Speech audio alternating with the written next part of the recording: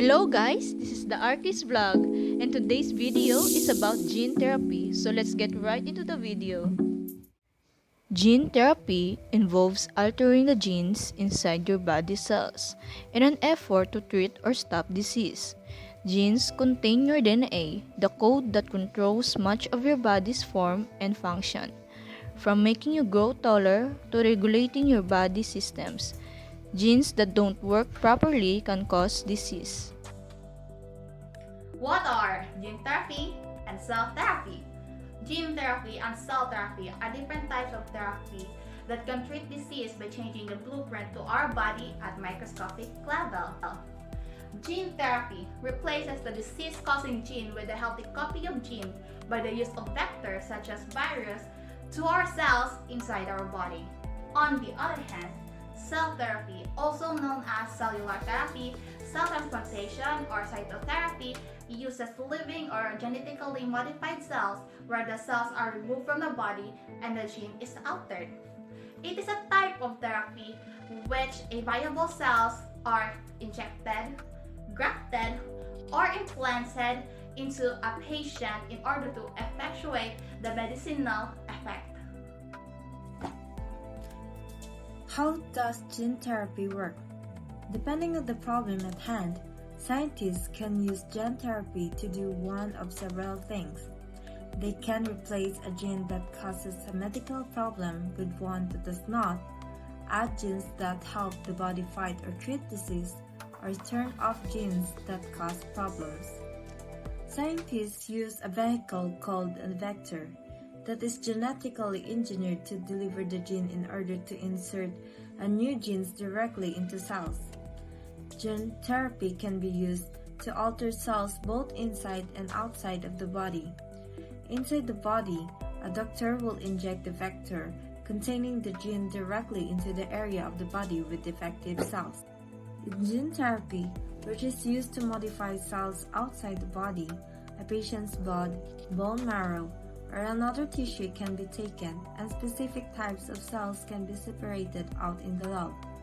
In these cells, the vector containing the desired gene is introduced. The cells are left in the laboratory to multiply before being injected back into the patient, where they continue to multiply and eventually produce the desired effect. Presently, there are numbers of strategies that are being used in gene therapies. They are gene addition, gene correction, gene silencing, reprogramming, and cell elimination. What are the uses of gene therapy? Replace missing or defective genes, deliver genes that speed up the destruction of cancer cells, supply genes that cause cancer cells to revert back to normal cells, deliver bacterial or viral genes as a form of vaccination, provide genes that promote or impede the growth of new tissue, and deliver genes that stimulate the healing of damaged tissues. These are the common type of cell therapy. First is tumor-infiltrating lymphocyte or TIL therapy, a type of treatment in which tumor-infiltrating lymphocytes are removed from patient tumor and grown in large number in a laboratory. Second is engineered T-cell receptor or TCR therapy cell, are genetically engineered TCR products that can be recognized specific antigen. Third is chimeric antigen receptor or CAR therapy.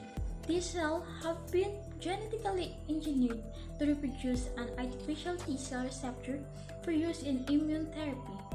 Fourth is natural killer or NK cell therapy, type of cellular immune therapy just like CAR. NK cells form a part of immune system and attack germs and other malignant cells. So, how are viruses used in therapy? The most common gene therapy vectors are viruses, because they can recognize certain cells and carry genetic material into the cell's genes. researchers remove the original disease-causing genes from the viruses, replacing them with the genes needed to stop disease. Certain viruses are often used as vectors because they can deliver the new gene by infecting the cell. The viruses are modified so they can cause disease when used in people. Some types of viruses, such as retroviruses, integrate their genetic material, including the new gene, into a chromosome to the human cell.